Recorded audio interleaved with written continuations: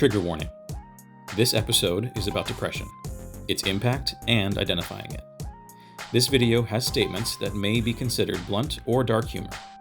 This is not intended to suggest that depression isn't to be taken seriously, but rather make the topic easier to talk about and digest, given the difficulty many people have addressing depression with loved ones and friends.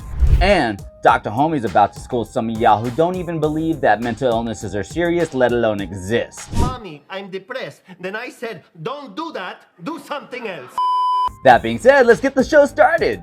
Oh shit, here we go again. He's Dr. Homie, cause he's a doctor and a homie. He's Dr. Homie, learn something from a homie. This is Dr. Homie. What's up, beautiful people? Dr. Homie here to help you be the most functional person that you can be, instead of being a dick. It's never too late to stop being a dick. So do you sometimes feel like that blob in the Zoloft commercial? I think that tree was trying to tell me something. No, not that commercial.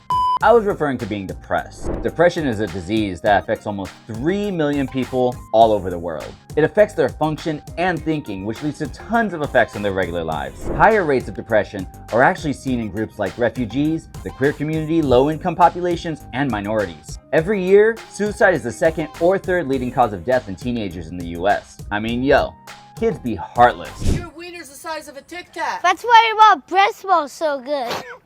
And for y'all CEOs out there, y'all better make sure that your peepses got mental health benefits. Help me, I'm poor.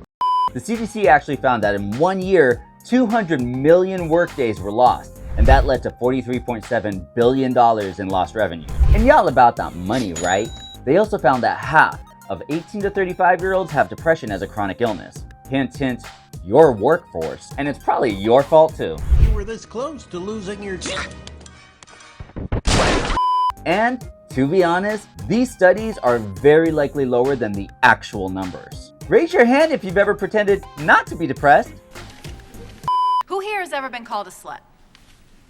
Some studies seem to show that certain groups are more likely to suffer in silence. Although PTSD is actually more talked about, studies show that 1 out of every 4 active duty military members and 1 out of every 5 veterans have depression. From poor families, how far we roam, so the rich kids can just stay at home.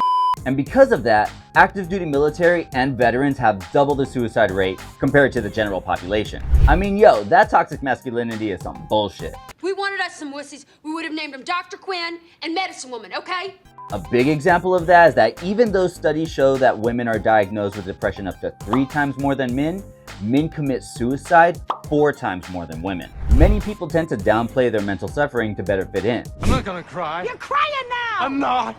But then they're more likely to die from it. But then you still got those people saying that you just need to think positive, you gotta eat better, or just snap out of it. Easy peasy. Essentially saying that maybe all of these studies are wrong, or maybe they don't know what the fuck they're talking about.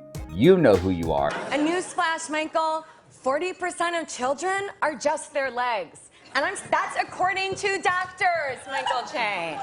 Make sure to drop a comment below with some of the most BS stuff people have told you when you were actually depressed. Call them out. Depression is a mental illness, but I know some of y'all have developed an opinion on that term. Imagine someone did the milk crate challenge and ate it hard. To heal that arm, some people could just use some ice, heat packs, or physical therapy for a couple of months, and then they're all good. Depression happens through physical changes in your brain cells. Some chemicals in your body called neurotransmitters aren't as available in depression, like serotonin and dopamine. By these being out of whack, your brain activity is actually going to be sluggish, and your processing of everything is just going to be different. And the effects last for a while and don't go away. No matter how positive you tell them they gotta think. Only fools are positive.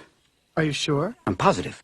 Just like an injury, you can recover from depression with just self-care, therapy, and/or medical treatment for a bit, and then you won't need it anymore. Others have genetic, biologic, and sometimes social factors that require continued treatment. Whatever the case may be, for most people, treatment is available and largely successful. And no, most antidepressants ain't addictive nor get you high. It ain't crack, people, so stop saying that. So how do you actually tell if someone's sad or depressed? Well, as doctors, we'll actually check for some symptoms that might mean you have that chemical imbalance. We call them Siggy caps.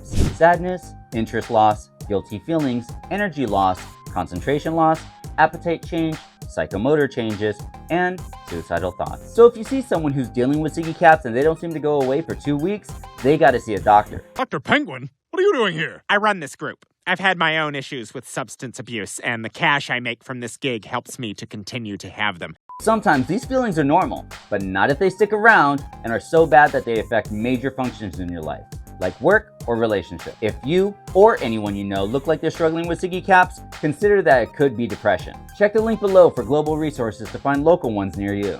The more people who get their depression managed, the more people with better health and money in their pocket. Denied, denied, approved.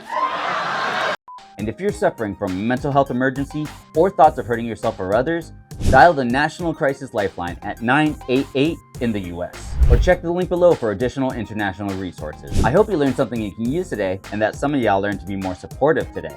Make sure to hit that like or thumbs up button so I can keep hooking y'all up. And don't forget to follow me on TikTok, Instagram, Facebook, and YouTube to stay up to date with the latest and greatest. And share me with someone you love so they can learn something new from Dr. Homie. Learn something from a homie. This is Dr. Homie. Spike. Good boy, Spike.